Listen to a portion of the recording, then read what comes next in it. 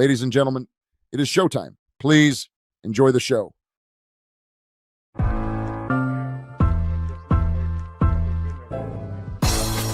It's the corner where the trees at. Is this the passing of the torch, right? Is this what this signifies?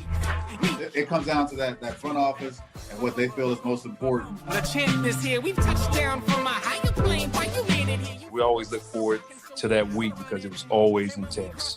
You know that we ain't coming back. We about to. The man, the myth, the legend, Dante Hall. My favorite player growing up was Dante Hall. I love you guys in the show, but Dante was my guy.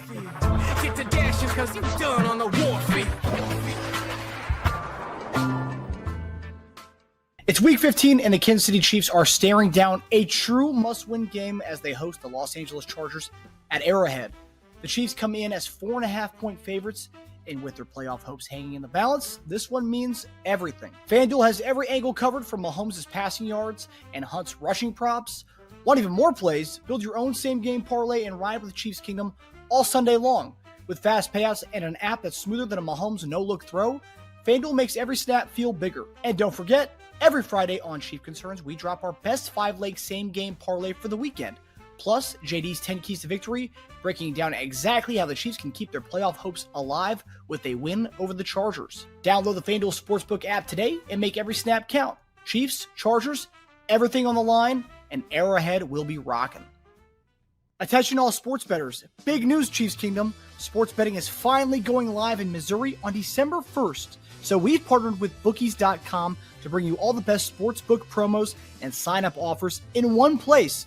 Head over to bookies.com/chiefconcerns. The link is in the description below to check out all the offers from the top sports books in your area and pre-register today. You can lock in those bonuses now, even before betting officially starts on December 1st. Hey everybody, welcome to another episode of Chief Concerns. I'm Marcus Dash, and our guy, former Chiefs tight end Jason Dunn, will be joining us shortly. I don't know if you guys can tell, but my voice, for some reason, over the last 2 days, I've completely lost it. I don't know what it is. Let's just say I had a bit of a weekend. I celebrated my birthday with my friends Saturday. Things did not end well for me Saturday night. I'll just say this. Luckily, I was able to get out of the Uber drive to finish my or handle my business, I would say. But I think over the last 2 days, I've lost my voice since Saturday. Not sick or anything, just my voice is just totally gone. But luckily on our show, I just pretty much moderate and let JD tell us what the dealio is. So I hope everyone is doing okay. I do want to say I really appreciate everybody's kind wishes and birthday wishes yesterday. Really appreciate it. Love y'all. You guys mean the world to me, and the show and the channel means the world to me. So I really appreciate all the kind words and all the kind messages from everybody in our Chief Concerns family and community. So I appreciate y'all. Let's see who's in the chat tonight.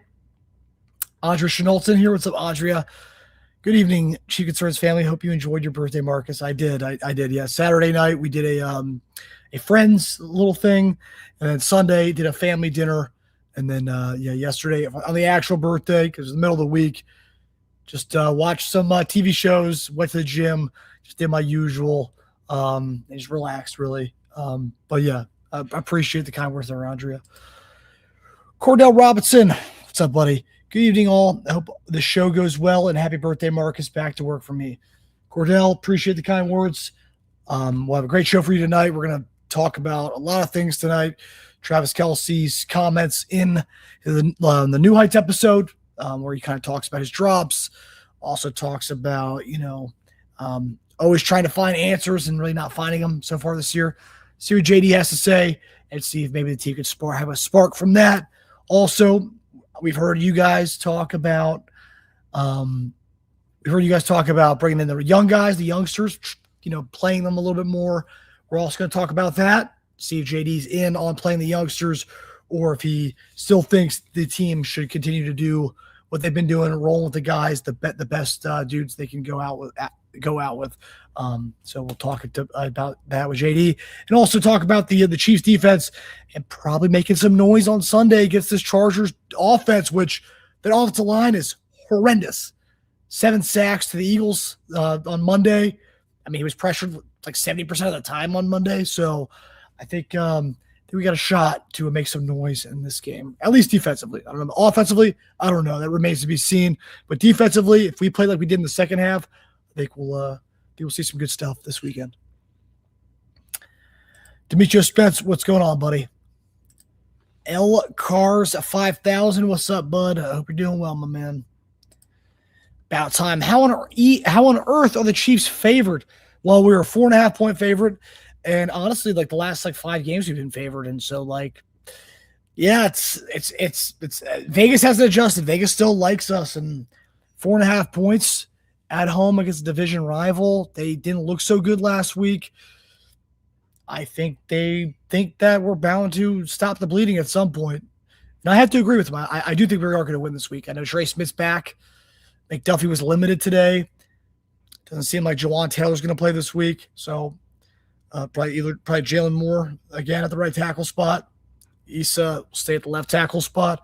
Honestly, I think the worst part of offensive line was Mike Caliendo. So having Trey Smith back in that right guard spot, I think it definitely gives us some breathing room back there. It gives Pat some breathing room back there. So I do see that for sure.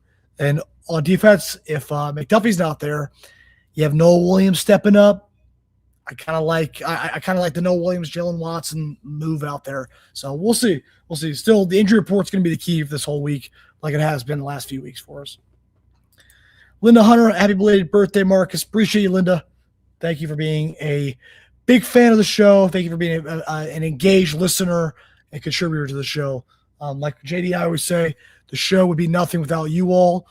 Since we made the move to doing live shows weekly or 3 times a week, it's honestly taken the show from being a fun thing we did, but like, opening the doors for you all. It's been fantastic. So we really appreciate that, Linda. Demetrio, my guy. Appreciate it, buddy. Appreciate you.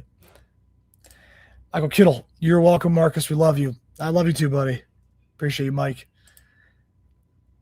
Will, hope your voice gets better. I hope so too. I have to go to a wedding this weekend. And the thing is, it's like, I'm not sick. Nothing at all. I think it's just scratched vocal cords from throwing up this past week. I think genuinely, I think that's what it is. It just happened 2 days later, which is weird. But I'm not sick at all. But I'm going to a wedding in Cancun this weekend. Ironically, I think that's where we'll be headed. Maybe we'll be headed there in a couple of weeks. But I hope not. But I'll be getting started there. But going to Cancun for my girlfriend's sister's wedding, and going to be mingling with people for Friday and Saturday before the wedding on Sunday. People might think I'm sick hearing my voice like this, so I hope it gets better, because otherwise I'm going to be that guy who's ostracized to the other side of the room, because everyone thinks they don't want to get sick from the dude who's got the weird voice. So I hope my voice gets better too. What's up, Andrea? CR Fierro, what's up, buddy? What happened to Hicks? Why hasn't he been playing? Well, I think it's just based on what I've talked to with JD and others, it seems like just Hicks is just kind of lost out there.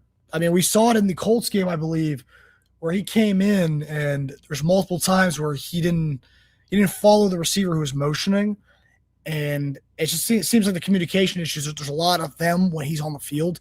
I know he's a hard hitter, but him not being there, or him being out there, just seems like there's a lot of miscommunication out there. So I don't think it's talent with him. I think it's more communication wise with him. But again, that kind of goes hand in hand with what we're talking about, is playing the younger guys and getting them burned as we approach next season potentially, and seeing what we have in some of these guys. So I think that is definitely on the table there, but that's a good question there, Sierra Fierro.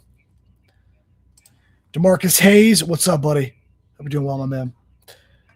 Sasha, my guy's in here. What's up, Sash? We're doing well, bud. Samaj Guest. What's up, Marcus? What's up, Chiefs fam? You guys are great. We got a packed house in here on Wednesday night. Sasha, did Marcus lose a bet and have to show as Macho Man? No, it does sound like Macho Man. Although when I was younger, I did do a good Macho Man, Randy Savage impression. But this probably wasn't it. No, this is just me sounding like a goober. I don't even know what I sound like right now. I sound like a meathead is what I sound like.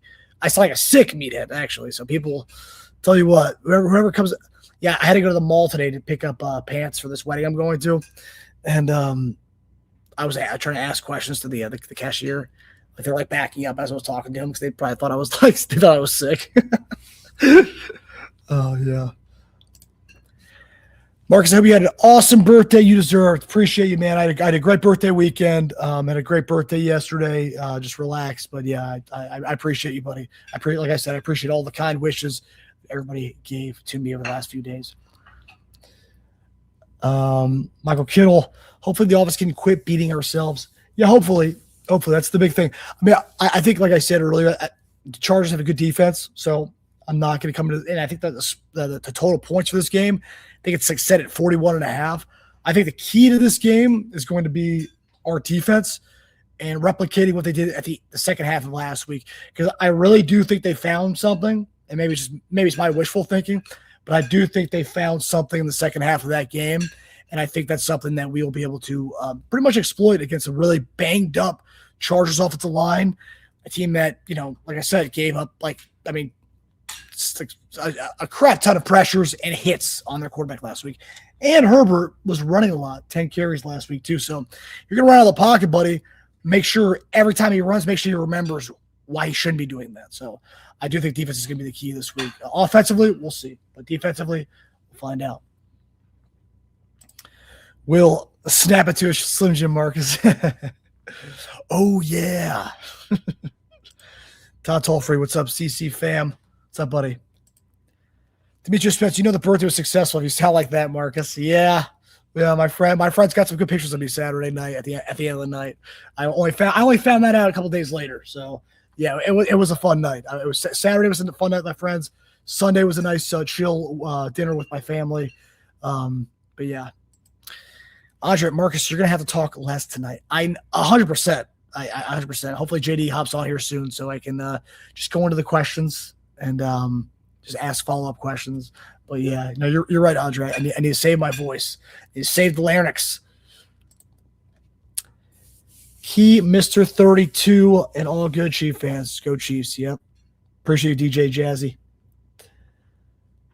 Yeah. Yeah. So like I said, tonight we're gonna get into a lot of different things. But before I get to some of the different topics when JD comes on, we got to point you to our Chief Concerns Christmas giveaway. And we've been doing this for the last month and a half. If you want to get involved in this giveaway, all you got to do is go to Apple Podcasts. The link is in the description.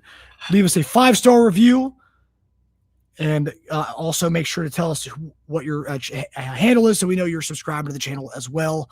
And we will send you one of these lovely, lovely pieces from our guy, Corey, the artist chief, who sends out these amazing pieces of work. So, yeah, we'll do that. We already have 3 giveaway winners so far, and we're looking to send out a lot more because we got a lot more of these pieces. And, of course, a Chief Concerns branded headband as well.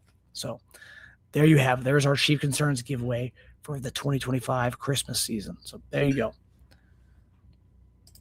Yeah.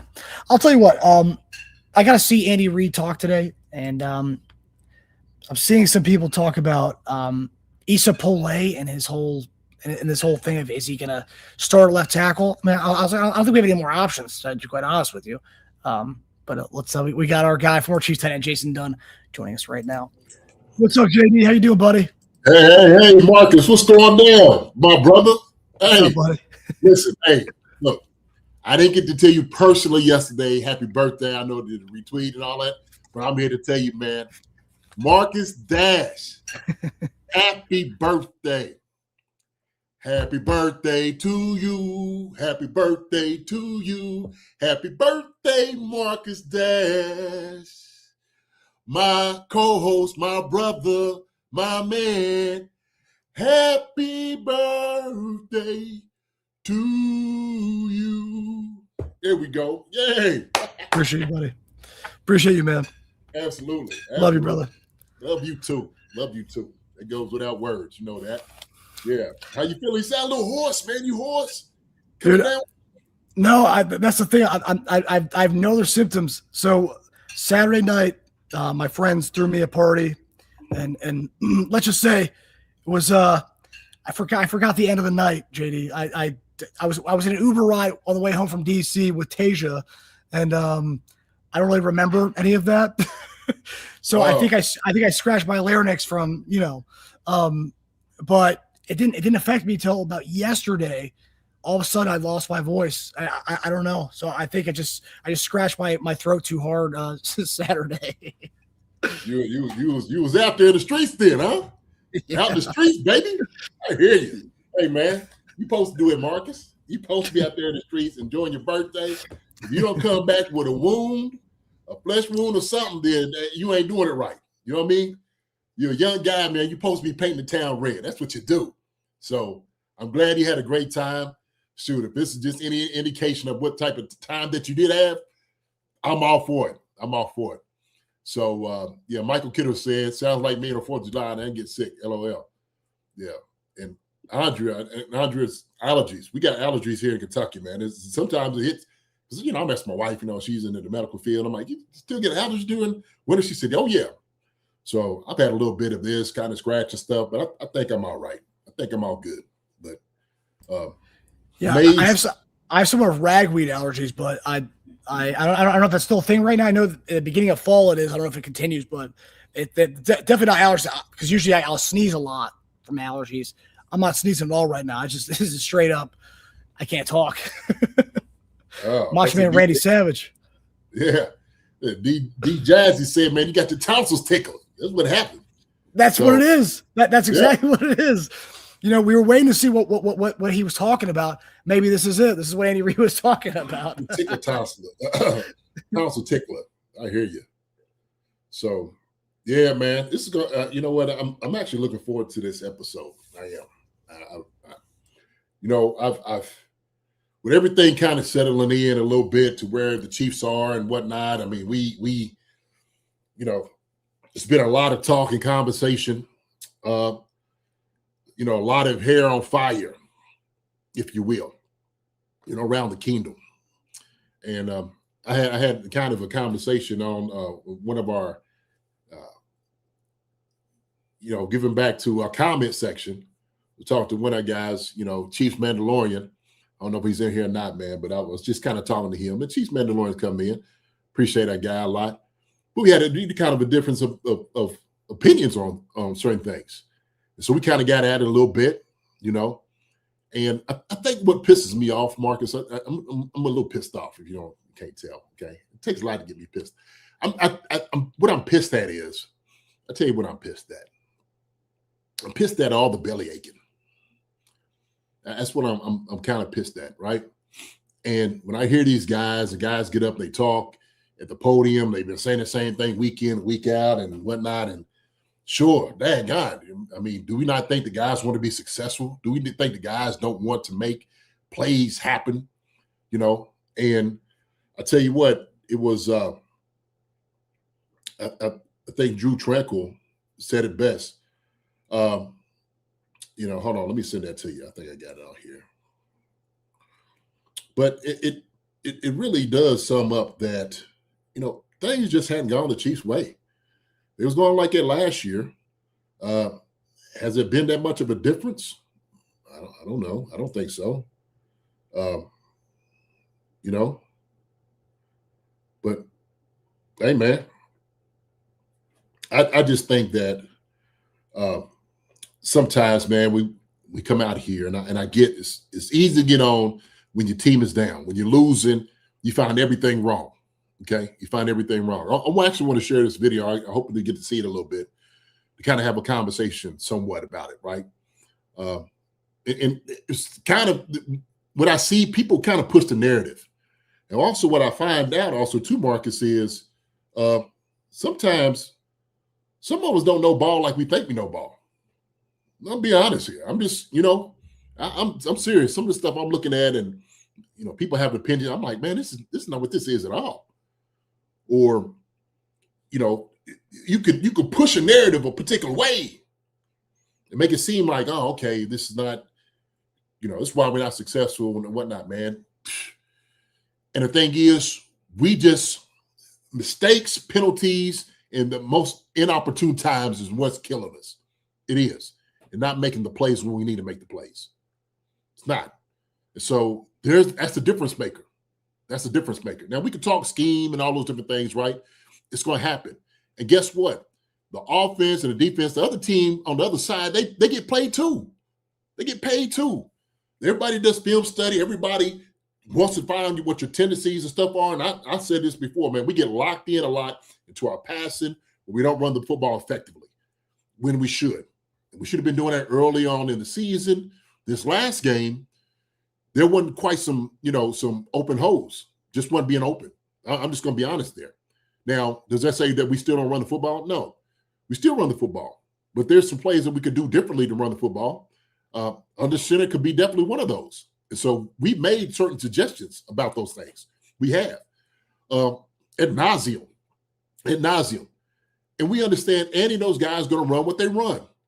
Okay? We can scream into the void. And I was telling man, I said, yo, we can say it all we want. These guys have been out there. They have been preparing, okay, during the offseason. I don't think people understand how long the preparation actually goes into it, okay? Preparation starts as soon as the season, when they come back from getting their little vacation, they start already preparing.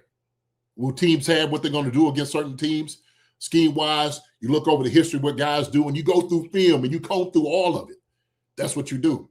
And I think sometimes people just believe that Andy just wakes up and comes in like, okay, man, we just going to do this without thinking the details of what and the process and the work they put into this. And that includes the guys that's out there on the field. I don't think they do.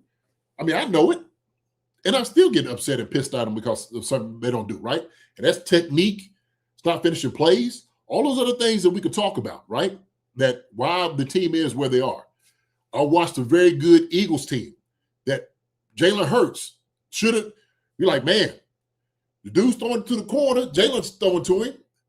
He makes a good play. The corner turns, makes a good play, playing both guys, right? Jalen Hurts probably want that back. But I would say Eagles is a very good football team. They're not where they want to be. The Chargers isn't beating them. And so Justin Herbert with his broke hand out there,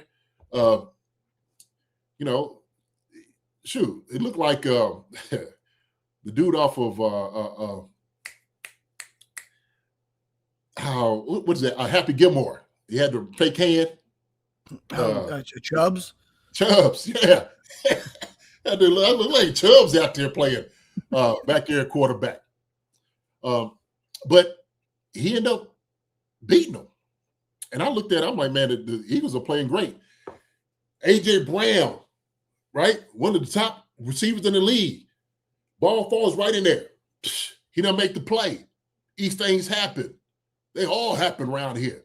It's the NFL. That's kind of like that's what the jungle looks like. Okay? In the jungle, you might get eaten. In the jungle, you might get beat and bit on.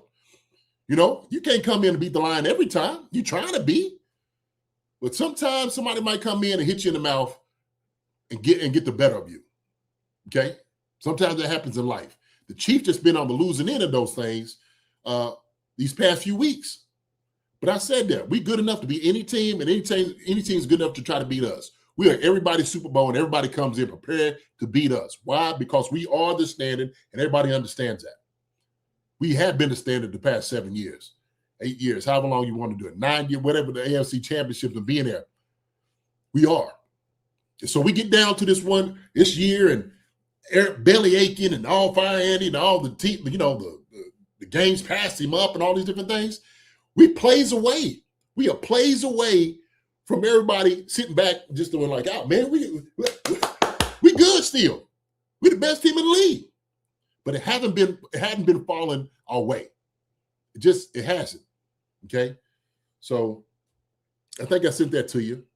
I think somebody said something about Drew. And this is true. It's a play here, a play there, a call here, a call there, a mistake here, a mistake there. And they've compounded, and the cards have fell the wrong way this year. It felt like maybe we had some of those mistakes last year and we won those close games. But obviously when you lose and you're on the other side, the magnifying glass is on all those mistakes, on all, the areas where things could have gone wrong. And so we just know we have to execute and then make those big plays when those moments happen. Well,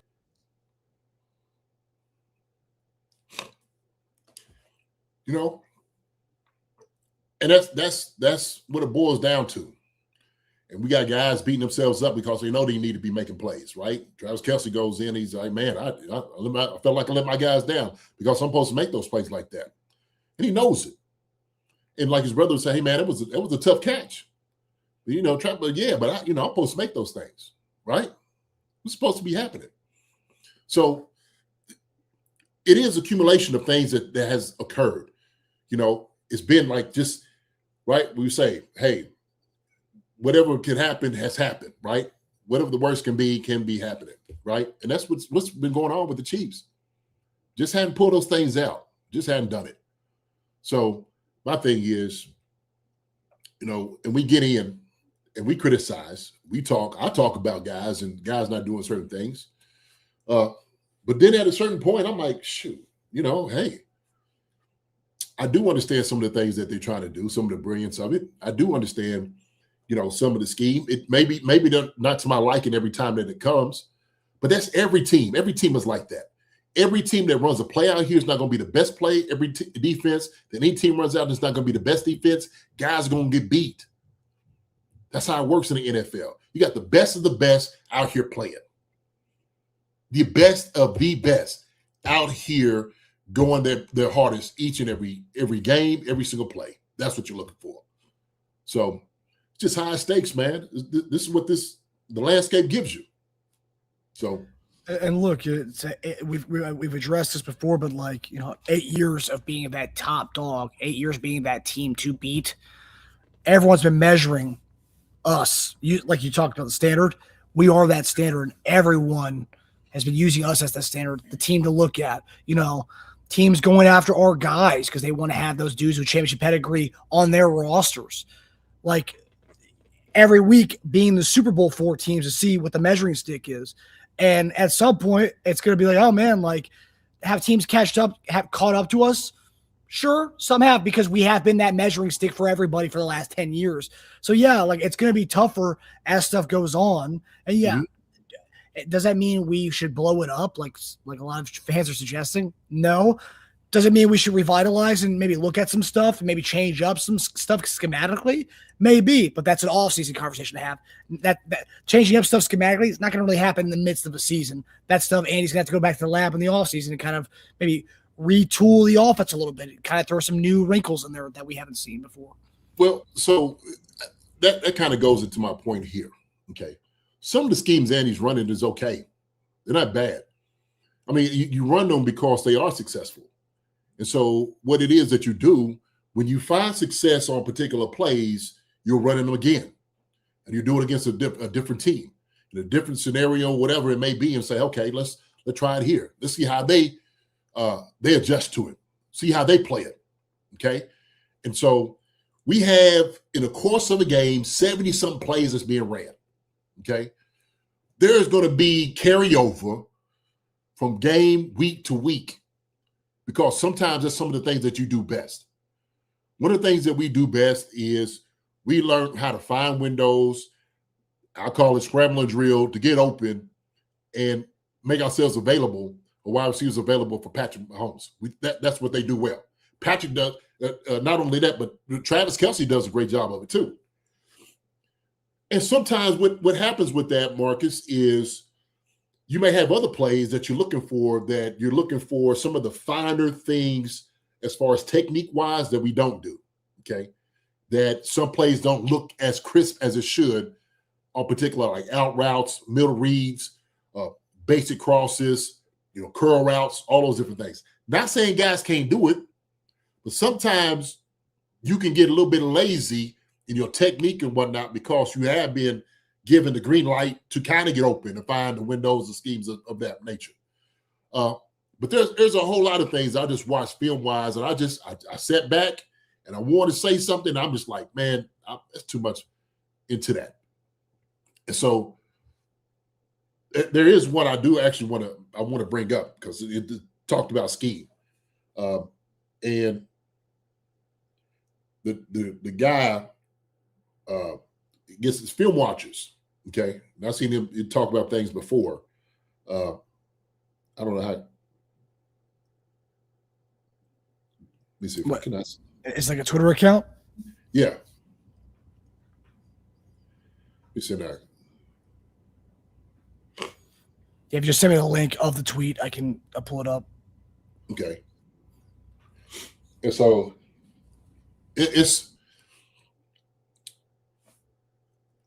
and he comes in with the narrative that some of the plays that are successful isn't necessarily based off Andy Reid calling the play. It wasn't his brilliance calling the play whatsoever. It's the guys making the plays.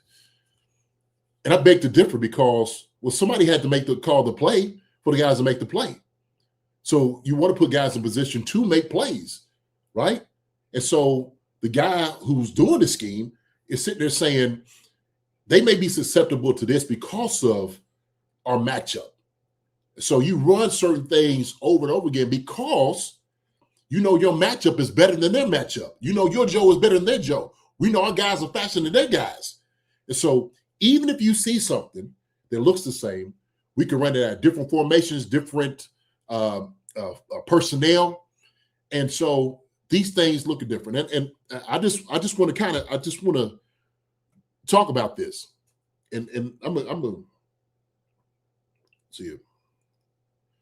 There's a lot of things there, man. I didn't have enough time, man, to get the film down because I missed some stuff I wanted to shoot.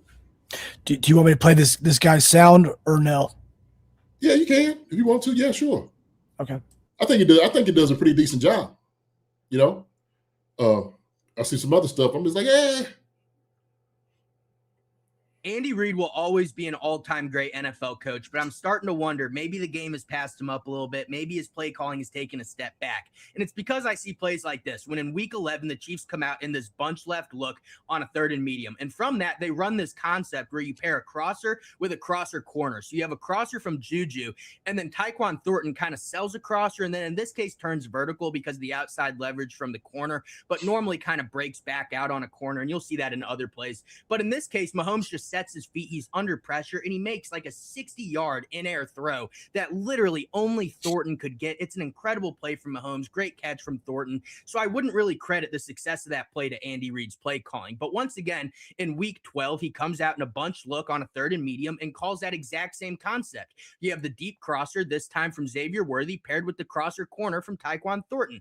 And once again, Mahomes, he steps up in the pocket, off balance, under pressure, makes an incredible throw to Xavier Worthy, and it zips right in there. He doesn't even have that much separation, but it's a great play once again. And once again, I wouldn't really credit the success of that play to Andy Reid's play calling. But once again, in week 13, he calls a bunch right look on a 3rd and medium. And once again, he dials up that exact same concept. It's the crosser paired with the crosser corner. Once again, you see it right here. But this time, Mahomes literally makes a superhuman play. You have seen this play. He rolls out to the right. He's all off balance. He dodges the pass rush. Worthy literally gets somebody to fall because he was improvising his route. Like, that is obviously not due to the play call. That's due to an incredible play from Mahomes. Great play from Worthy to be able to find some open room. Once again, not Andy Reid's big moment there with a great play call. But you see in week 14, on a 3rd and medium, he calls that bunch left look. What are you doing? Why are you calling the exact same concept in the exact same situation 4 weeks in a row, this time against one of the best defenses in the league? And once again, you see you have the crosser and the crosser corner. And what do you know? Kamari Lassiter is just sitting all over it. He does not get baited at all. No influence from that kind of fake cross look. And Mahomes does the best he can. He puts it up to that deep cross corner, but obviously it's intercepted. I mean, that's not on Mahomes. That's on your head coach for calling the same play 4 weeks in a row. Now, I love the guy. I respect him a ton, but that's kind of what I'm seeing out of him this year.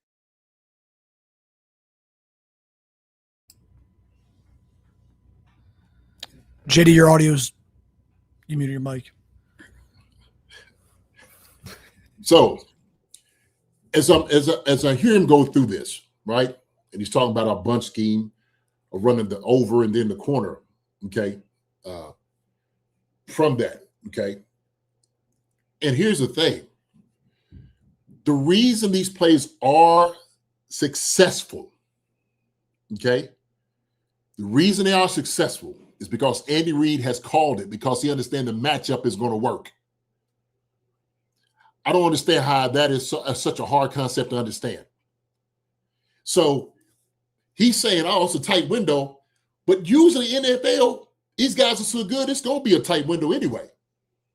This is how good guys are in the NFL. So guys make plays because, hey, we pay you to make plays. You're not just going to be wide open unless you do something outlandish like run a great route to just trick them, right? And so he doesn't give Andy credit for actually calling the play. He's just giving credit for Patrick and the receiver making a play. Not the scheme, not the play in itself, not Andy Reid, the one that's actually drawing the play up and saying, hey, let's run it against this defense and see how it looks. We've been successful 3 out of the 4 times. No. Matter of fact, the fourth time should have been successful too. That should have been a successful play. And I'm gonna show you why it should have been a successful play. Okay? Good afternoon, everybody. My name is Obashir, and I never expected to be standing. Try to get all this down, brother. But that's why I have a problem. And I'm trying to understand, like, do you have, look, I got it. Give me this. Can you give me the big screen? Yeah, I got you. You see us over here? I want people to understand, okay? This is right here. I got up here, it says quick game. All right. What we run in our quick game. And I got a protection. I got our action passes with its play action, and I got a protection. Okay. Same thing with our base passes, pass protection, everything. We will run these plays quite a few times from different scenarios, different motions, different formation, different personnel. It'll look a little bit different, but it's still the same play. And so you will address a lot of it. Okay. Teams might be on top of it, but then all of a sudden you're sitting there saying, well, guess what? If I got a guy that's running this route, I'm going to put my money on Travis Kelce, Rashid Rice, Xavier Worthy, Tyquan Thornton, and Patrick Mahomes being the best quarterback in the league. Those guys are going to make that play work. You know why? Because we run it in practice. This might be a tight window, but guess what's going to happen? Our guys are going to win out. Why? Because we got a great quarterback that can make that throw. All we need is just a little bit. That, in the NFL, when you talk about game of inches, it is that. We see these plays the guys make. These guys are on top. Look, they are on top of you. Okay? This is how good this game is. And so if I'm looking over here, course of the game, and there's several plays that you can run. And the good thing about Andy is because he has everything at his disposal. But there's certain things he knows will work against certain teams. If it doesn't work, fine. Okay, it doesn't work. We throw that one out. We got 69 other plays we can run in the course of a game. 69. So while we sitting over here, we're talking about the same play 4 different times against 4 different teams, okay? And if we're looking at it, if we go back to that video, what we watch also too is Patrick Mahomes is under duress. That's part of it. So it ain't necessarily the scheme in itself. Sometimes we just got to block. We got to do a much better job all around. So it ain't just, hey, I'm calling the right play. Everybody's got to do their job, and they got to be superb at it. But guess what? The other team, defense ain't just going to let you have it. They're not. That's what they get paid for too. Them suckers are back there, corners, safeties, and everybody's making 25, 30 million. That's what they're doing. But that's why we sit there and we watch the Chargers, we watch Denver, we watched Vegas. They went and got Super Bowl coaches is what they want to go do. Why do you think they want to go get Super Bowl coaches? Because they felt like they needed to go get somebody that could at least try to contend with Patrick Mahomes and Andy Reid and everybody else we had. That's what they did. Now, what I will say is this. I'm going to be truthful here. What we should have did is we should have came in and maybe revamped a little bit of what we did defensively and got some different guys against for our pass rush. We should have done some more of that. There's some things, scheme-wise offensively, we should have been running the ball more, but we didn't. So I'm going to be absolutely truthful in the things that I'm saying. Well, one thing I'm not going to do is when I'm sitting over here and I'm watching ball, and I know how this works because I've been offensive coordinator before, and I understand how these things what you have to do. Sometimes your guy just got to be better than they guy. Okay? He wins, you line up. You line right back up. Fine. Okay? We don't win on this one. And I tell you what, our offensive coordinator told me is, from day one, I have never forgotten it. Never forgotten it, okay? It was Jimmy Ray. Jimmy Ray said, man, we got time and we got downs. As long as we got time, we got downs, we got the guys in the room that we know can make plays. If I'm sitting over here, I'm looking at Trent Green, Tony Gonzalez, Priest Holmes, Larry Johnson, T. Rich, a whole offensive line, a wide receiver core, and all those. I believe those guys going to make plays. Dante Hall, Eddie Kennison, are you kidding me? Johnny Morton, those guys? I'm looking for those guys to make plays. That's what I'm looking for. It ain't always going to be pretty. But I tell you what, I know pretty boy Floyd, number 88, going to go up there and go get the football. Double the triple quarter. I know that. I know that. So sometimes you got to trust your guys. And that's why I said, man, that fourth down call, I would have did it myself, but I get why he did it. I get why he did it. Why? And he says it. He told the people, he said, man, it may not sound right, but I'll tell you again, I'll run it again if I wanted to. If I was back in the same position, I'd run it again. And I was like, you know what? You daggone right. You stand on it. Why? Because that means you trust these guys you've been seeing every single day that's in that room. That's what that is. That's that trust that you have. And sometimes that's what it takes. Sometimes you got to drop your pair. Sometimes you got to toughen up and look at everybody in their eyes and say, man, you get this job done right now. That's what we have to do. Sometimes that's what it's about. Sometimes it's just running down the hill. And you sitting over here, you in a whole midst of machine guns, you sitting up with a machete. Whatever you have to do, go down. We're going to attack. And that's why I love the aggressive play. I wasn't upset with that. But here we are. Here we are. That play in itself did not lose us a season, any of that. That play in itself did not do it.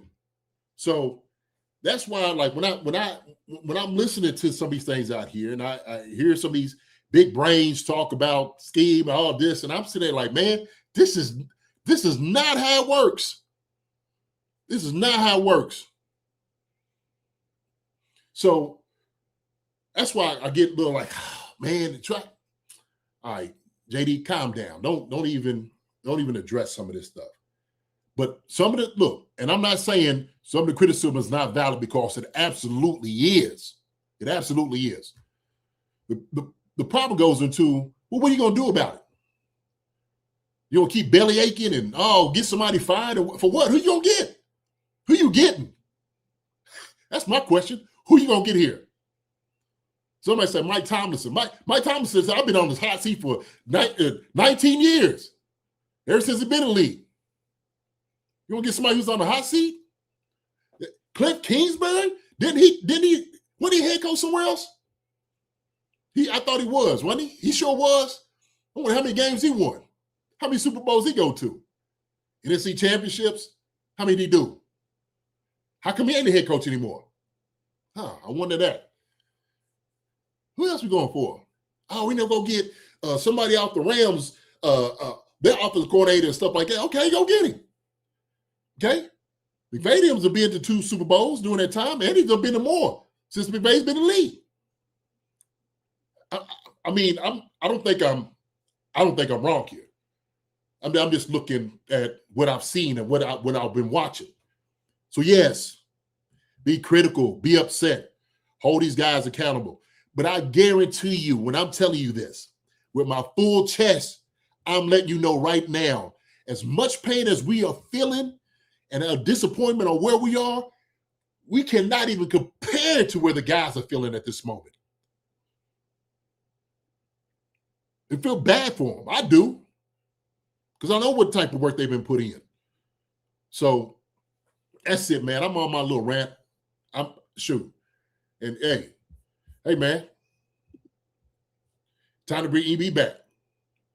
Hey, the thing is, EB should have been a lot of different head coach.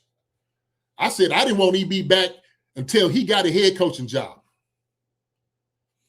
And that's a whole different conversation. But EB for sure would get some of these guys. He put a foot in somebody's derriere. That's a fact. But will they guarantee wins? We don't know. We don't know. I know it'll put it in a better position. We've been in good positions all year, man. You know what? We just haven't made a play. Or, it's a penalty and a holding call and all that. Man, kills drives. We know this. So, yes, do a full evaluation, ask questions. Nothing wrong with that whatsoever. But these guys have gifted. I'm telling you, the golden era of football for Kansas City Chiefs. They have. I played here for 8 years. I tell you what, I went in the weight room every single day to try to win me a championship. After practicing, putting our time in to win a championship. So that's all I'm saying. That's all it is, man. That's it. That's all I have to say. Oh, so I wanted to show y'all one play, Marcus. I do have it one play. We could come back on here because I wanted to show you that one play, Marcus, on how that last play is actually supposed to look. Have you sent it yet or no? No, I'm sending it to you now. Okay. I've been over here hyped, brother. You know, just don't mind me. Don't mind. Y'all listen. Look, y'all don't mind me at all, okay? I love all of y'all, man, but don't mind me. I'm just over here, man. I'm pissed too. I'm upset like everybody else. Yeah, look, it is a disappointing year because we know how good they are. Now the conversation is we had to be truthful that our wide receiver room is just not that good. Okay. Really? You got a whole lot of yards and stuff out there, Marcus. Yeah, that's true. A whole lot. I'm going to tell you how some of these throws are supposed to look. You get it? Is the Rams play? Yeah, this is Torrey Holt, and I'm gonna tell you how this ball is supposed to drop in there. Okay, this is like the bench route, the corner route, the one that Hollywood Brown ran, and the guy from the Texans caught this ball. But where the ball's supposed to be placed, it's supposed to be 6. I think it's second play.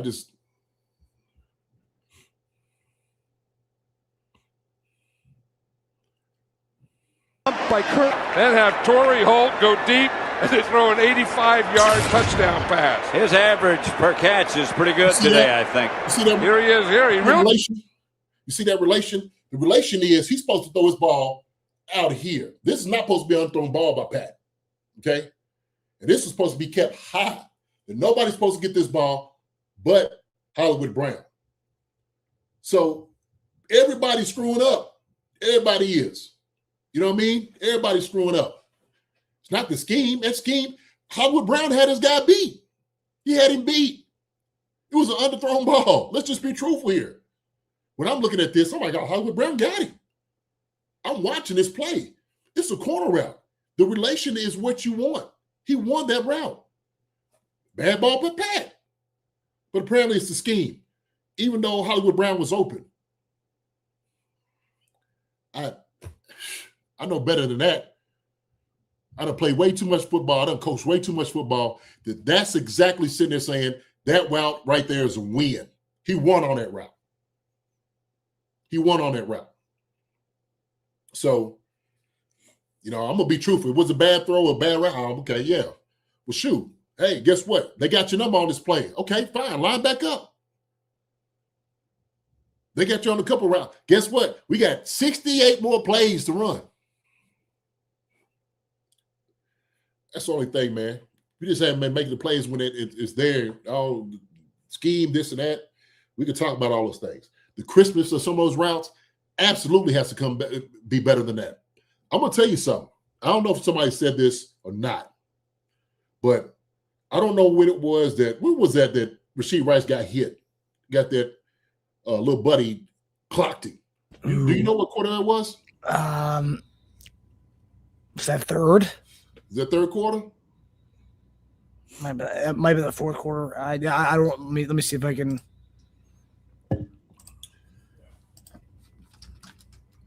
I tell you what, though, Ford looked a little out of it. That was the end of the third quarter. Yeah, I don't know if it was up before that day, man. I was watching it. I was like, Ford just look, I don't know. I'm out of it. It just, I don't know what it was. But it just seemed like the same guy. And then like toward the end, I don't know, man. It's my observation. That's my opinion on what I'm looking at, like, because go ahead. No, I just kind of because we're going to get into because you mentioned what Kelce said earlier, and the one thing because we kind of talked about on Monday, a lot of Chief fans are getting mad at hearing the same thing every week, broken record from all the guys. Like, oh, I need to do better, yada yada. This is on me. I'm going to come back and play my hardest next week. The one thing I will say, and again, these are interviews. What are the guys supposed to say? Like, I mean, I don't see any problem with that. The only thing I will say is when Pat, for the last 5 weeks, and honestly, you could probably go back even further than the last 5 weeks, when he talks about his criticizing himself, and he says, I always look for the deep shot. Instead, I need to check it down, and sometimes I just need to take the safer play. He's been saying that for 2 years, and that's probably the only thing. It's like at some point, I'm not questioning Kelce doesn't play his ass off every week, or whoever talks and says I give it my all. I don't question that, but the things I do question is well, Pat, when you can check it down, I know you want to gun it, but at some point, it can't be a soundbite in a press conference. Just take the play, take what's there. I get it. You want to hit that 9 ball. You want to hit that corner route. You want to hit that post. Take what's there. And he's been saying it for a year, but the last 5 weeks it's really rung in my head. It's that's the one thing where it's well, I kind of want to see you. I hear you say it, but I kind of want to see you do that more often. And that's the one thing that I would say from all the repeated sound bites from the last few weeks, that's the one that probably bothers me the most. And I'm not questioning Pat's desire. I'm just saying, practice what you preach, essentially. I get it, but it's like you asking, Jordan or Kobe Bryant, hey, man, just pass the ball to somebody else. Or just take it down right here. You know what? Really? Them guys, man, they competitors. He wants a deep ball because he wants it all. He wants it all, Marcus. He don't want to beat you in that fashion to check down. He don't want that. It's not sexy to him, right? He can check it down. He knows he can do that. But I want the deep shot. That's what I want to see. I got this arm with this cannon I've been working on for. I've been gifted by God with this cannon. You want me to check this down? Are you serious? Hey, man. Hey, just check it down. With this hauser right here? Oh, no, sir. This right here, I'm letting this right here fly is what this go. I'm going to let it fly. So I just, I get Pat. Pat was like, I understand what the practical thing to do, easy thing to do is check it down. I don't know about that. That fourth down play, the first one. And we run the whole, pick play, coming underneath, triangle. This was the triangle look, right? Somebody in the middle, somebody coming underneath. You still have the flat. Hollywood Brown's coming down to the flat. He could have thrown it to Hollywood Brown. That would have been a first down. You know what happened? I'm going to tell you what happened that play. Hey, you know what we had to worry about? The 3 guys that came in that started. We didn't have to worry about the 3 offensive linemen. The heck we didn't. Pat had to back all the way up to the left. He could feel Huntley coming to him. If he had able to set his feet and have time to throw that ball, it's first down. But he couldn't do it because the reality is it wasn't Juwan Taylor over there. It was Jalen Moore. He had to move over to his left. He escaped a little bit over to the left to create some room, to give him enough time to throw the ball and to deliver it. Let's just be truthful, okay? And so that's all right, man. I'm done. How much? This is a question I do have because Trey Smith's back this week. It looks like he's going to play, practicing full today. Yeah. And Jalen Moore got kind of dominated. The Texans, 14 pressures on his side. My question, and I'll say of the guys who played last week, I think the one that I thought was the weakest going into that game and the one just overall was Caliendo. Caliendo not being there. Do you think a lot of the pressures that Jalen Moore kind of allowed, is that because of Caliendo being there to his left there? Because I don't think Jalen Moore is that is that bad to give up 14 pressures in a game. I think Trey Smith being back may help that, or would that not help? No, Devonta Green Bean is wrong for that. No, I think Jalen Moore had one-on-one. It was a one-on-one. He was getting beaten. He had nothing to do with an inside guy. It was really one-on-one, okay? And we failed to keep mentioning that this was probably the best defense in the league. It was the best defense in the league. Probably the best pass rushers in the league. Just the tandem in itself. That, man, I was in awe. I watched this film quite a few times. And I was in awe with how they play the game. And I'm like, you know what? These guys are fast. And they're downhill right now. And like I said before, they in that 10-yard box is theirs. They're sitting there saying, we own this. Okay? We own this part. And so they moving immediately. Aziz, bam, we going. We are coming with pressure downhill. When I see them rally to the football, not just the corners and the linebackers, I'm talking about the defensive tackles are getting out there. I'm like, look at this. Look at these guys high motor who are playing for their coach because that's what he demands of them. That's who they are. They're an embodiment of the Nico, you know. They the embodiment of him. They are. Because that's why he played the game. He prepared that. He made sure those guys are that. It was a very good defense, man. A very good defense. Them suckers are fast. They're disciplined, and they get after you. And I'm talking about they press you every single play. There's no let up by anybody, and they communicate very well. That's another thing I recognize. They communicate very well in that secondary and the linebacker position, and they know what they are doing. They know exactly what they're doing and how they're going to do it. So, yeah, that's a dangerous team. If they make the playoffs, it's a dangerous team. Mm-hmm. No one's going to want to see that defense. No. And you know, the thing is, there were some players we just missed. But they knew how to come downhill. Why? Because they know our scheme. They're like, you know, the Chiefs like to live within 5 to 10 yards. They love living within that. So why not we spread them out a little bit? That's what they were thinking. Let's spread them out.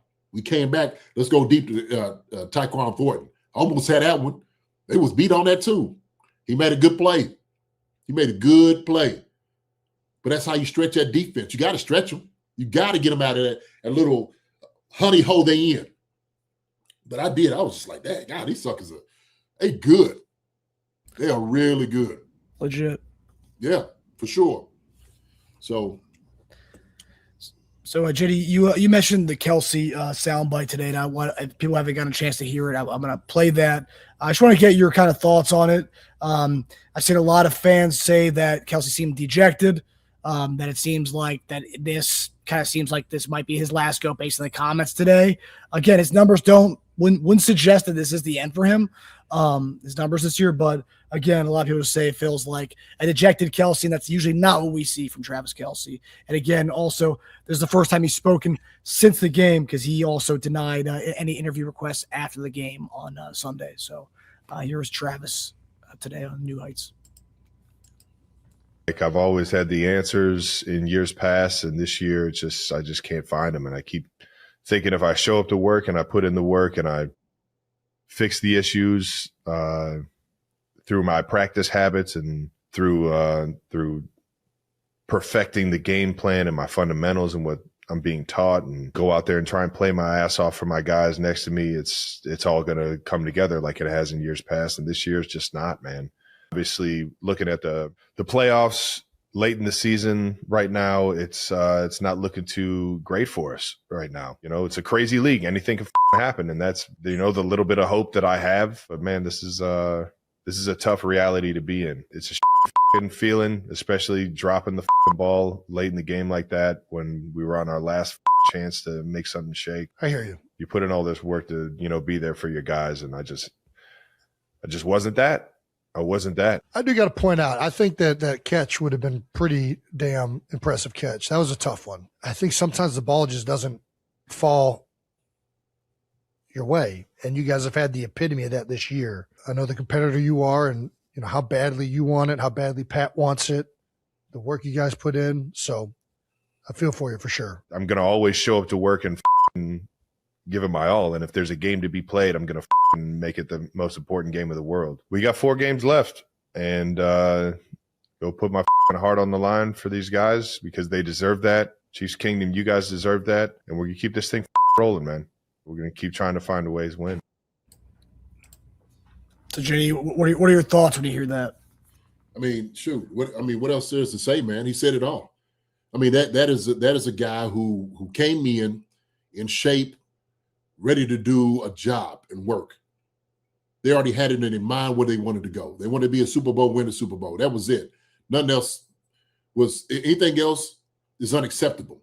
And so them going through this very trying time, it gnaws on them. You can see it. He is dejected. He is like disappointed. He's hurt by this. He's hurt by this. That's why he leaves the locker room, don't talk to the media. For what? What do you want to hear? You should have caught the ball. What do you think about that play and all that? Okay. What do you think? I mean, the thing is, Marcus, when I back myself up from the criticism, I understand that I go into the respect I know these guys are putting in. That's what I know. So I could be hard on things not happening, man, catch the football and stuff like that. Well, shoot, I've never been perfect. I didn't drop balls. I didn't make every block. I wanted to. And so what you do is you go week in and week out and try to become a better player for your team, for yourself. That's what you try to do. And sometimes it doesn't work out. Sometimes it does. So I get it. So my respect and saying it for these guys goes and paying homage to the type and the time and effort and the passion that they come in and the determination to get this thing done. It is disappointing. It is disappointing for them. You see it. Shoot, I know he ain't had no good sleep since that game. It's, as much as competitors they are, perfectionists, guys like that bothers them. Him, Pat, Chris Jones and stuff, bothers them. The thing runs back over their head over and over again, you know? So people say, get rid of Travis Kelce. He's too old. I'm like, get rid of Travis Kelce? Who? Why? Somebody said that. Well, a few people said that. Oh, he's old and washed. You mean the second leading tight end in the NFL right now? That guy? Okay. All right. Sure. Let's go. Yeah, okay. That makes sense. Okay. Yeah. I'm here because I do the AFC West Roundtable show, and these guys are really happy that the Chiefs are where they are at right now. They're reveling in it, and it really kills me because they don't know what they're talking about. They sound dumb, but like you hear stuff like, Travis Kelce's head's not in it anymore. He's a Hollywood guy now. Taylor Swift, he's just not about it. And the thing is, I hear that from them, but then I come over to my timeline and I see Chief fans say that. I mean, even. People saying, someone in the chat just said, like, he's not 100% locked in. He's not talking to the guys on the sideline anymore. It's like he's still locked in. I mean, but like I see these things from our own fans saying that, and then I hear Colin Coward today. Yeah, Travis Kelce's numbers are his numbers, but that's because they were without Rashee Rice for the first 6 weeks of the season, and they were without Xavier Worthy for a few weeks because of his arm. So those numbers are inflated because those guys who were absent from the team, and it's like. So what? He's still putting up tight end 2 numbers, but people want to call him washed and say he's done. And it's like my things, and I'm seeing people say like, "Oh, she says get rid of Kelce, start fresh." It's like, well, I don't think we're going to get it I think it'd be pretty tough to find a tight end who's going to give us tight end 2 numbers next year. That's going to be pretty tough. So for me to sit here and say, like, I think we'd be better off if Travis Kelce's not back here next year. And I get it. We're on borrowed time with him because if he does come back, it's 1 more year. If he does come back, I mean, and based on that video, it doesn't sound like he's coming back. It sounds like he's got 4 more games left, and that's all she wrote, which I hope that's not the case. But I feel like I'm in the minority, JD, saying that. And that's sad that I'm in the minority saying I hope it's not the case that this is it for him, because I think he's got a lot of good football left. Because where do you go from tight end 2? You can go down to tight end 3. I still love that. Give me tight end 10 numbers. I'd still love that from Travis Kelce. He may not want to be a tight end 10, but man, you're still going out there giving us tight end 2 numbers. Like, you still got a lot left in the tank, man. I know you lead the league in drops or up there in drops, but I don't give a damn. You're getting a lot of targets. If you get a lot of targets, you're going to get a lot of drops. That's how it is. I'm taking Travis Kelce over everybody. I am. I'm rocking with him again. You get him again, take him. 1,000%. 1,000%. And I'm looking at his numbers, Marcus. Xavier Worthy comes back. Rashee Rice. Let's see. Travis ended up getting 3, 6, 4, 9, 4, 5. They had 1. Probably should have been feeding him a little bit more. Probably could have moved him around a little bit more as opposed to being stationary. But we had to switch some things up. Why? Because our offensive line needed some help. So we had to change our scheme up somewhat. Those things, it changes things. So, oh man, hey man, look, I get it. Everybody can be upset about whatever. That's fine. Okay, we're gonna talk about results and reality and stuff like that. But Travis Kelce is a baller. Has always been a baller. There's no question about it. And anybody else who thinks differently, like Matilda said, they are legit smoking that stuff. They got to. Hey, and I don't know what it is that you smoking. But they got your head loopy. Sure, get you some good stuff, man, because that what you smoking is off some bull.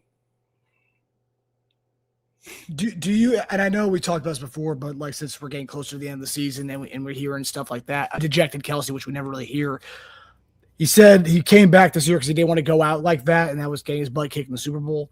For the mere fact that we might not even make the playoffs, and for a mere fact that this is one of the worst seasons we've had in a while. A guy who doesn't want to go out losing the Super Bowl is a guy who's not going to want to go out not making the playoffs. So do you think this is the end of the run for him, or do you don't think he's made up his mind yet? If you had to put money on it 4 weeks into the season left. Dude, I think, man, if they don't go to the playoffs, I think he may pull him back for one more. Seriously. We don't know what this like especially something like this weighs on you. Because you know what you're expecting, oh man, to go out on, a high point, right? Hoisting the trophy up. That's what you want to do. If he got there, he might be like, you know what, man, we did everything, we put everything on the line to get here. We did. If we missed the playoffs this year, it's like, hey, no way. There's no way. So, not sure, man. I just you gotta do a deep dive. That's a deep dive. This is what you want to still do. And so he has a life after football to do a lot of different stuff. So, hey man, I don't know, brother. I don't know. But I know it's tough. But he's accomplished everything he needed to accomplish, though, Marcus. You know what I mean? Seriously. So maybe that's like, hey, man, look, I done did everything I wanted to do. I done won 3 Super Bowls. I done set the tight end records. I'm going down on one of the best tight ends in the history of the game. I done did what I came to do. You don't have to prove anything to nobody. But maybe, just maybe, we don't know what it's going to look like. Maybe they want to leave his boy out there. That's why Pat was like, hey, man, that's why I cherish a guy like him. Because I never know when it's going to be it. I don't know. Pat don't even know. So. Yeah. And that's one thing, too. It's like for all the fans who are saying we'd be better off without him, I don't know where you get that from, but when he does go, and even at the age of 36, Kelce, it's going to be damn hard to replace the production we got from the guy who's playing right now. And that's something that I don't think fans really understand. It's like, sure, we're not going to get the Kelce from 5 years ago. It's going to take time to find that guy. But to say, let's move on without the guy right now because he's a detriment to our team, like, well, good luck finding a guy who's going to give you 2025 Kelce production numbers because that's not going to be an easy task to do. I believe someone just said in the chat, Robert Tonyan could have put up tight end 2 numbers. I like Robert Tonyan, guys, but even at his prime, he wasn't putting up tight end 2 numbers. We said tight end 2? Yeah, tight end 2 numbers. No. I say he was probably top 10, though. He was coming along. Yeah, he was a top 10 guy, but he was never a top 10. He was never a tight end 2 in the league. Oh, And if you have a combination of guys to bring that production, sure.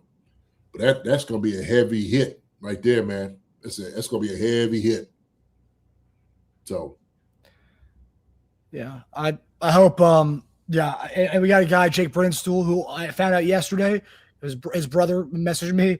Apparently, Jake Brinstool and I share a birthday, JD. So Jake Brinstool is also December 9th birthday. Okay, all righty. And that's a guy we got waiting in the wings. And waiting in the wings, man. We're big fans of him, and obviously the team's a big fan of him because they never saw him play during preseason except for a couple of training camp practices. They still kept him on the team, so I think that's the secret weapon. That's our weapon X next year, JD. Yep. So, so another question because you mentioned our chat and on our channel's been kind of off the hook this week. And one of those topics, JD, that a lot of fans have been saying, and this is where I want to get to you, your competitive nature, someone who has that pro football pedigree. So a lot of fans are, and this is not just our YouTube channel, this is on Twitter, this is everywhere. Fans want to see more of the youngsters. They think it's a lost season, and they think that it's time to see Jalen Royals. Instead of being a healthy scratch, get him out there, just get him some reps. It's time to see Jeffrey Bassa getting put in the position to play linebacker on defense. Pretty much, I think especially from last week, what I'm gathering is that fans think that we got a lot from seeing Esa Pole get some playing time last week, which that was out of necessity. That wasn't because they wanted to get him some playing time. That was because Wanya got hurt. Nohl Williams comes in, it looks great. And both those guys look good. It's more like, okay, well, now I want to see the guys like Bassa we drafted, guys like Jalen Royals we drafted. I want to see them get put out there so we can see what we have going on next year. Even beyond that, Dameon Pierce, because that's a guy that we signed at the end, midway through the season, and it's like he's still young. He could be like a Tyquan Thornton at running back for next year. Let's see what we got in him so we can kind of get a head start on what we have with him. Where do you stand on that versus being a 6-7 team that still has a 16% chance to make the playoffs versus kind of, looking for future and starting to get some of these guys reps? Where do you stand as of right now at 6-7? I don't know. You still got a chance and opportunity. I don't think you just throw it away, but throw the young guys out there. You might want to give them some reps. Sure. Throw them out there. As long as they know what they're doing, you can trust them. I ain't got no problem with it. You make sure that they're ready. So, Esa did a great job. Esa Pole did a great job. And so we was able to find something there. He took his time to develop going against our defense when he's on the practice squad and all those different things. That's how, these things work. But like you said, Esa playing was the necessity. He had no other choice. Who else you going to bring in? So I don't know, Marcus. Sure. I think Bassa and those guys can do it. I think they're very talented. That's why Bassa is a pretty good high pick, and same with Jalen Royals. I think both of those guys could do the job. Nohl Williams has shown that he deserves to be out there on the field, but he did that at the first of the season. And so sometimes coaches are like, all right, he's good, but this guy right here is better. And sometimes go in, like we paying the dude. We got to make sure this guy gets out there and plays. So I do find it odd that Royals went from, I think he got one kick return this year during a game, and like there's been a healthy scratch ever since then. Bassa not getting any rotations within the defense at all, especially when we've had problems on third and longs and coverage. You would think that was what kind of Bassa's specialty is, being an athletic linebacker, is that he hasn't been rotated in there at all. because I mean, if you look at our last few years, we've gotten the most usage out of all our draft picks. All those guys have seen outside of linemen who are like late round like additions. Most of these skilled players have touched the field at some point throughout a year, and like it feels like with Bassa and Royals specifically, just like no usage at all. I mean, healthy scratch for Royals. That I mean, I get we have a deep wide receiver room, but like Royals is supposed to be a contributor this year. I remember during the training camp, they talked about how he was going to be, a not pivotal part of the offense, but a guy who's going to contribute to what we did offensively. To go from that to nothing at all, being a healthy scratch, it's very, very, very odd. No, I mean, other guys are ahead of him in the pecking order, in hierarchy. That's how shoot. Get him out there for a couple of plays and whatnot. We'll see how it's going to look. But right now, you got Xavier Worthy, Hollywood Brown, Rasheed Rice, Juju Smith-Schuster, Tyquan Thornton. Bring him in for a couple plays, see what he does. Sure.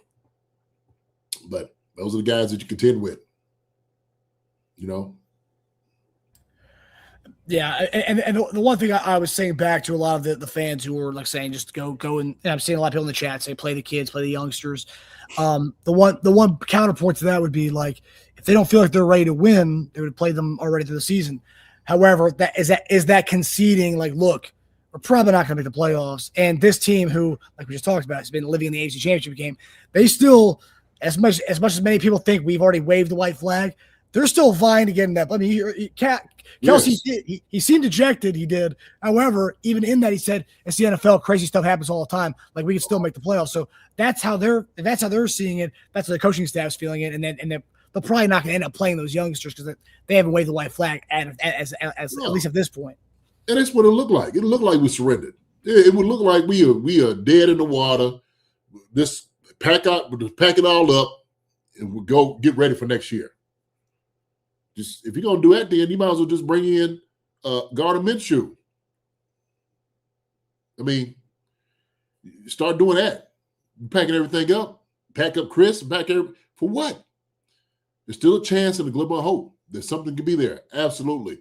There's still, avenue to get to where we need to get us in the playoffs. It's still possible. Still possible. Does it still say that you can't give them a couple reps? Sure. Is Bassa going to be playing over Bolton? Does he know the defense? Like, is he going to play over the Tranquil? Do they trust him to do that? Or Chanel? That's the question. So, I mean, it's hard for Chanel to get playing time as it is. Yeah, that's what I'm saying. Shoot, he's going to be next in line before anybody else. Yeah. Kyle Harrison says all receivers you listed, they don't get open. Are we blaming Pat? Pat is not above criticism. Every ball that Pat has thrown has not been perfect. Those guys do get open. Sometimes those things we need to work on. But Pat is not, believe me, he's not absolved of anything. Things going wrong. That ball he underthrew, like I was talking about, Kyle, I don't know if he was on here. That ball he threw to Hollywood Brown was underthrown by Pat. It was an underthrown ball. The ball he threw to Travis Kelce was behind Travis Kelce. 3 guys. Pat can make that. He gave him a shot. But Pat got a little, Pat know he got a little something there too. He got some great numbers. He's been throwing some things out. That's because the wide receivers, the tight ends. Think Pat just got the numbers by himself? Somebody got to catch the football. So, hey man, let's be truthful. We be truthful here. I don't mind telling the truth. Shoot. I mean, this is a conversation we could have in a week or two. If we are 6-8, 6-9, then I would say maybe it's time for Gardner Minshew action. But again, there's one thing I keep telling fans. It's like I get we're used to seeing this kind of stuff in baseball and the NBA. Those are leagues where contracts are guaranteed. These guys are playing for incentives to make money for their livelihood. So it's a little different. So like teams can't just shut down guys randomly in the NFL like they do in the NBA and MLB because they're guaranteed contracts. And I keep telling people these are incentivized deals. So these guys are trying to get some stats and for cash, whereas you can't just shove it. It's not as easy to tank in the NFL, but it is in other leagues. No, man. And to be honest with you, man, I as a former player, I think it's one of the most disrespectful things you can do. I do. These guys still get paid to play. Let them guys play. Sure. If you want to say, hey, man, look, we don't want to risk this guy being out here, fine, whatever. But, hey, man, the fans pay their money to come see a guy play. The same thing in basketball, right? Fans come out there and you see guys, sitting on the bench with no intent of playing. Street clothes. I'm like, Dad, God, I brought my son here because I thought you was going to be playing tonight. You over there with a thing of popcorn, tee-hee and everything. Point. Why you should be on the floor. Sure. Who was that got after? Was it against Levine? One of the fans, I think, said something to him about playing harder. Like, man, play defense or something. Zach Levine was like, Did he get that fan kicked out? Yeah. Hey, man, I paid $200,000 a year for these seats. That's what I'm playing. And that's what I'm saying, Marcus. It'd be one thing if the Chiefs was like without effort or guys are just dogging. That'd be one thing. But that's not the case. It isn't. So. Yeah, the one thing I will say about getting Royals, maybe some reps, is you look at our wide receiver room. I mean, you and I, we like our wide receiver room. We've liked it all season. But Worthy, Rice, Hollywood, Thornton, Juju, all those guys are gone, at least as far as contractually. The only two that are going to be on that team next year, as right now, is Rice and X. So being able to get Royals implemented with guys who'll be playing with next year, I'd like to see Royals get some reps with those dudes, just to see the three who we're at least going to have next year. And I'm not saying it's to play them a million snaps. Give them some reps in there so we can see those 3-2 together. Yeah, sure. Give them something. Why not? Yeah. Give them something. Yeah. But don't just put him in there for Xavier Worthy and Rice and just make him have him play. No. Hey, man, what are you doing? No. It's still 2025 season, and plus, if we want to bring back Thornton, if you want to bring back Hollywood, we're not going to be in their best graces by batching them, and we're going to shut you down. Don't worry about it. We're tanking. We're shutting you down. What can I say? He said, "Not this week." You know that's right. I hear you, KC. Not this week. Sure, not this week. We do an experiment later. We know we out of it. Yeah, like you said, we 6-9. Then yeah, definitely. Yeah, that's a 6-9 topic. So our last topic tonight, just to quickly go over this. I know you'll go over this more so when we do Keys of Victory on Friday. But you mentioned it, the Eagles and Chargers game. We talked about it on Monday night as that game was going on. We said we needed the Eagles to win, and at the end of that game, the Eagles couldn't have hand-fed that victory to the Chargers. I mean, unreal. They were killing him as far as with 7 sacks on him. They pressured him on 70% of dropbacks, which is the 6th highest percentage in a game over the last 10 seasons among quarterbacks with at least 20 dropbacks. And they still lost that game. Yeah. Unreal.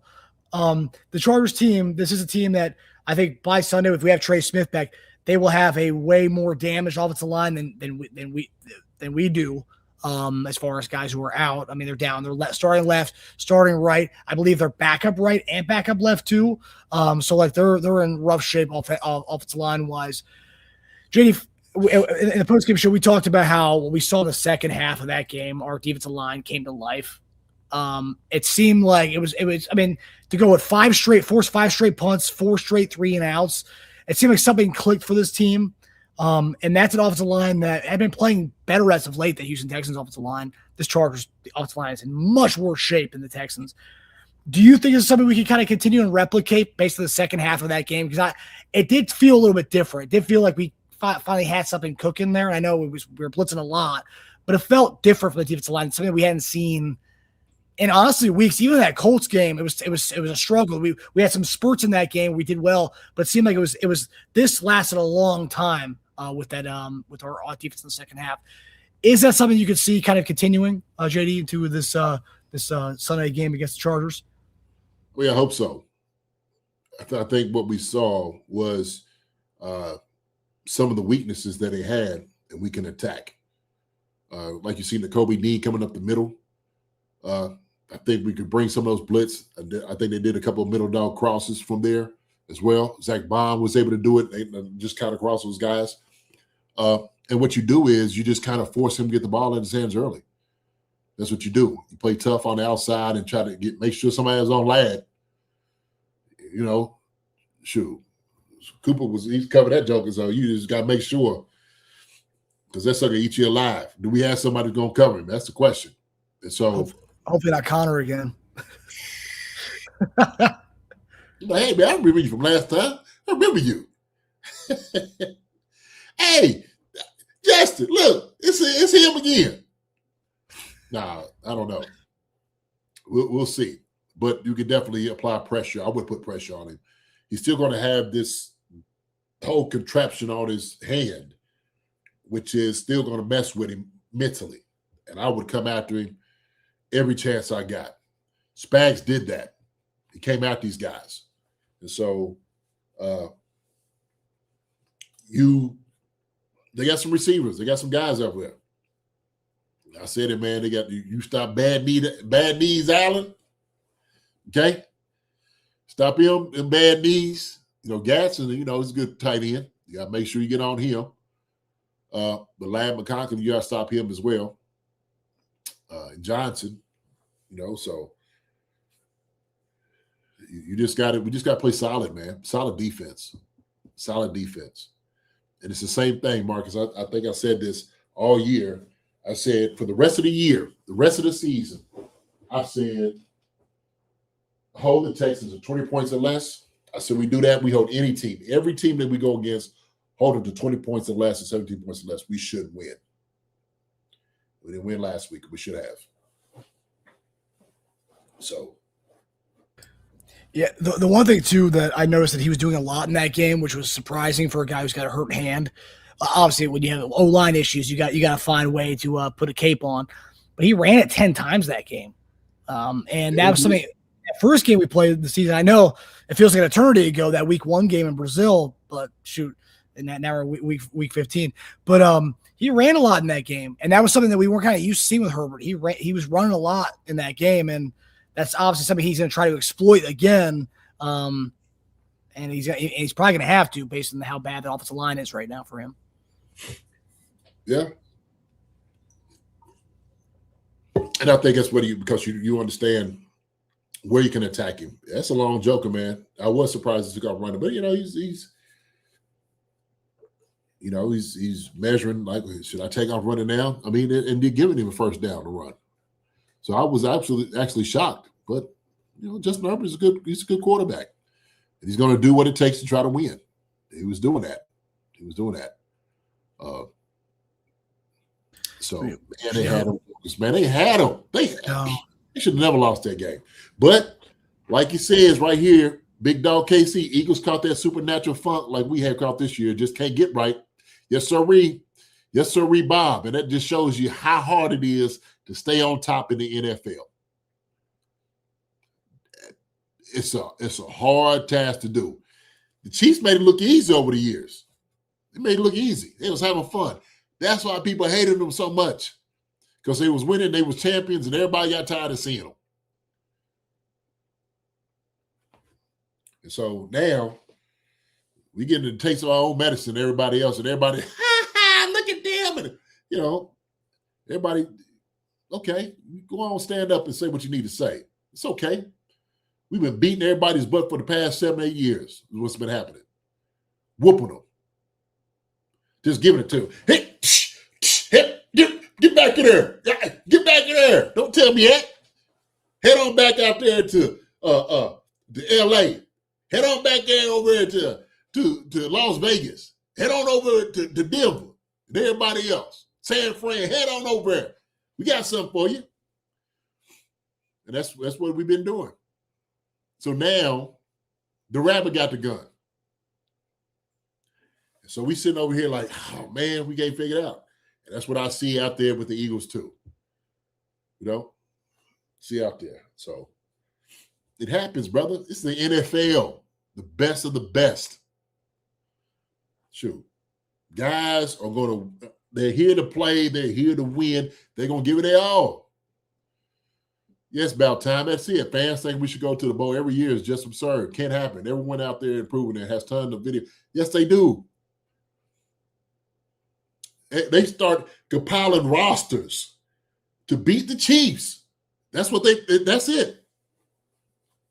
Everybody out here like Lex Luthor, and Patrick Mahomes is the Superman.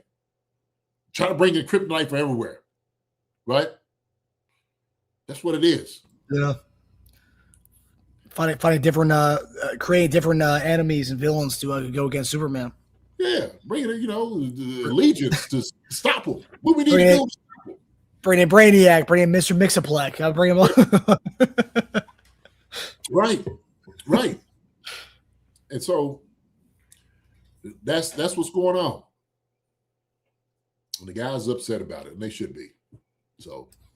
And look, I mean, that's a game we played them. That was technically a home game for the Chargers. But like we have a get back on them. Generally, in these division games, we usually split against them. And yeah, this is in Kansas City, and coming off a heartbreaking loss that they're going to want to get payback for. So, I mean, I feel like I think it's our game to lose really this week. I know some fans might disagree with me. We're 4.5 point favorite, JD. I mean, this team, we're 4.5 point favorite. And a lot of people were confused by that line, but why? Why are they confused about that? Because I think people just written us off. People feel like we are a 2-14 team, JD. That's what I'm talking about. Everybody else, Vegas hadn't written us off. They haven't. Other people haven't written us off. You know why? Because they know the Chiefs are still dangerous. Yeah. They know we are still a dangerous team. Every week in, week out, it don't matter who it is. They know that. They know it's going to come down to a wire, a play here, play there, and they could get their butts handed to them. That's why. Oh, why did you? Because they don't suck. They're a very talented team. They've been at Super Bowl after Super Bowl. That's why. Yeah. That should surprise you. Shouldn't surprise anybody. But I guess, hey, I don't know. I can't. When you're ready to fire everything and burn everything down, I guess is, I know way we're going to win this game. Okay. All right, you just leave. Stay on that side. Stay on that side. Head on out. Go on. Head on out. Yeah. I don't know. I mean, and I've seen this 15% chance to get in. Most teams at this point, if a team has a 15% chance, they're not even talking about the team anymore. We're still on the top of everyone's mind, JD. A team has a 50% chance to get in the playoffs. Usually no one talks about that team anymore. They're done. But they're still talking about us. Yeah, they may have written us off, but really they haven't written us off. Now until we're dead, that's when these teams are actually going to write us off. Yeah, well, it will. That's the way it is, Marcus. That's what it is. Ain't nothing else you can do to, convince them. They already got their mind made up, so it is what it is, right? Just got to win and start rolling off W's at the end of the season, and let everything else play out. All we can handle is our stuff. And we got to hope Denver loses to the Packers this weekend. So Denver's essentially still playing for something meaningful when they play the Chargers in 2 weeks. We need Denver to beat the Chargers as well. Gosh, what else do we need? Yeah, I think we need the Colts to lose also, which I think with 50-year-old old man River, I think that's going to happen. Bless his heart. What do you think about that? A lot of people are saying it's dangerous for him to go out there and play.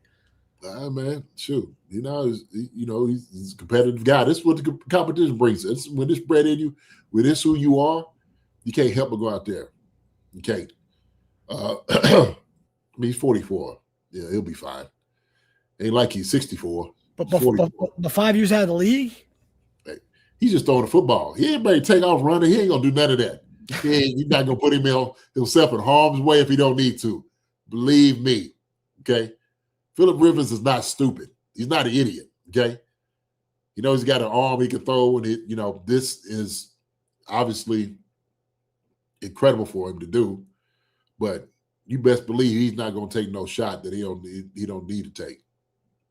He ain't going to do that. But I think it's good for him. I think it's good.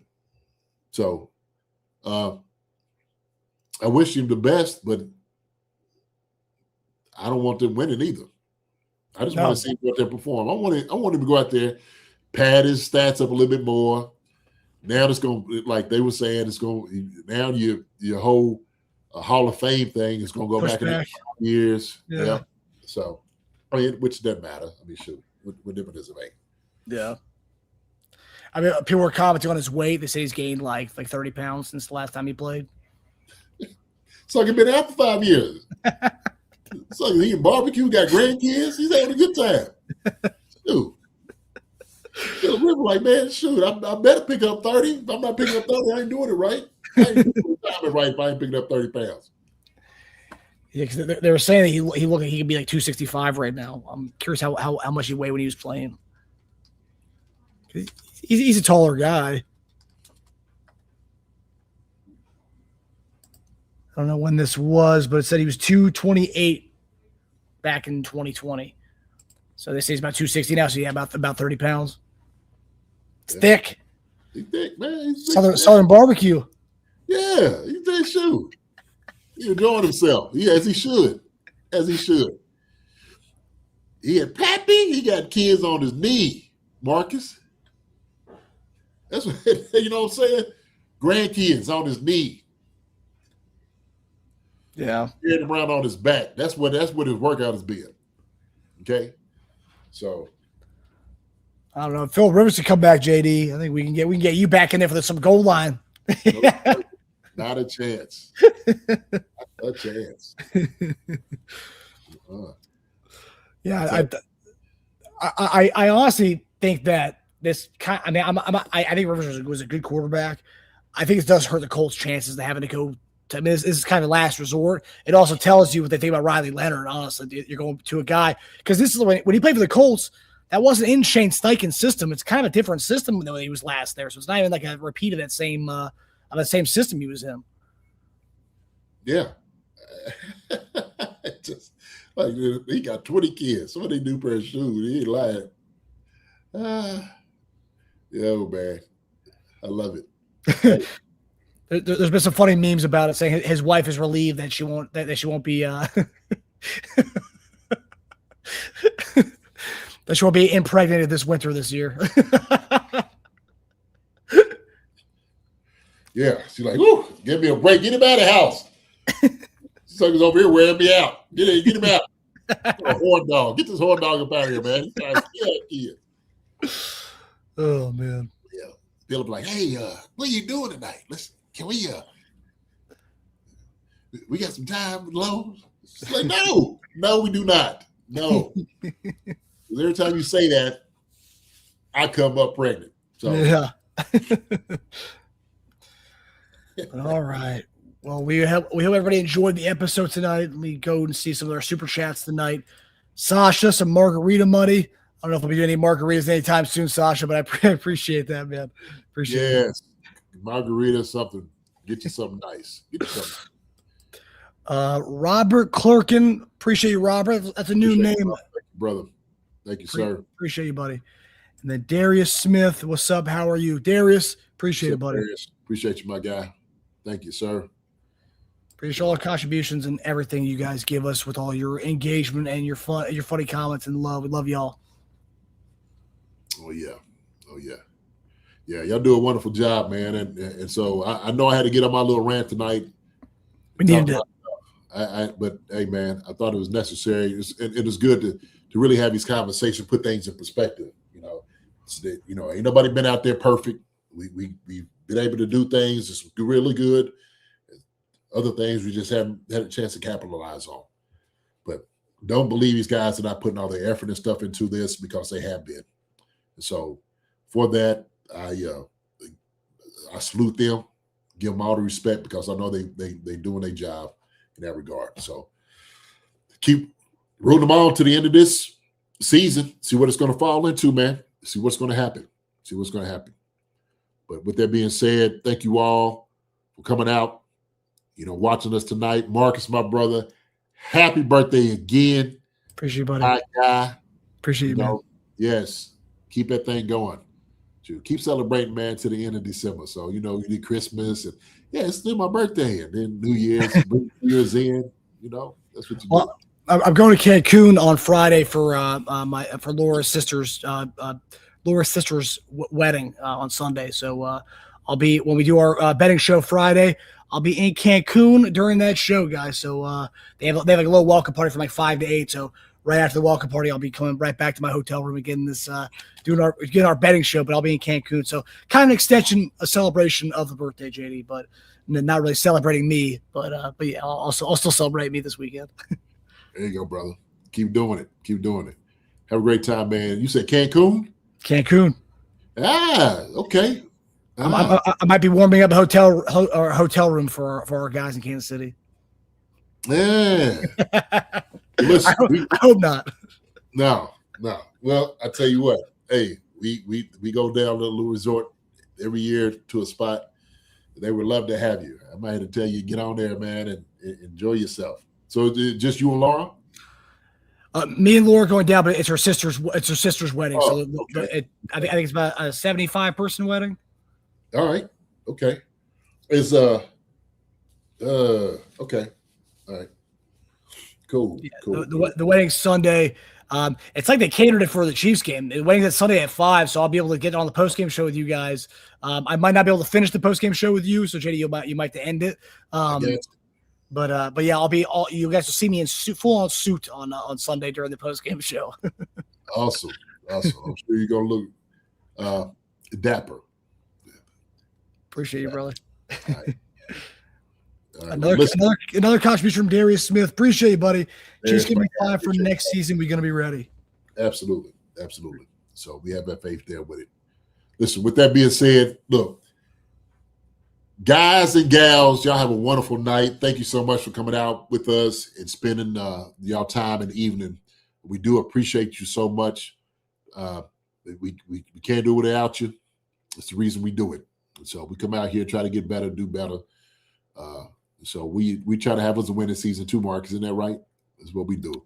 Always. Yeah. So with that being said, man, look, take care of each other. Hey, love each other the way we're supposed to love each other. Okay. Take care. God bless. Y'all be safe. We will see you on Friday. Me and Marcus will see you on Friday, and Tage. So, hey, y'all be good. Take care. Love you guys and gals. All right. Love y'all. I'll let y'all. See you guys. Hi, everybody. Thanks for watching. Subscribe here to get the latest from the show. Also, be sure to check out the best clips from Chief Concerns. And if you prefer to listen to the show, subscribe and follow us on Apple Podcasts, Spotify, and anywhere else you get your podcasts.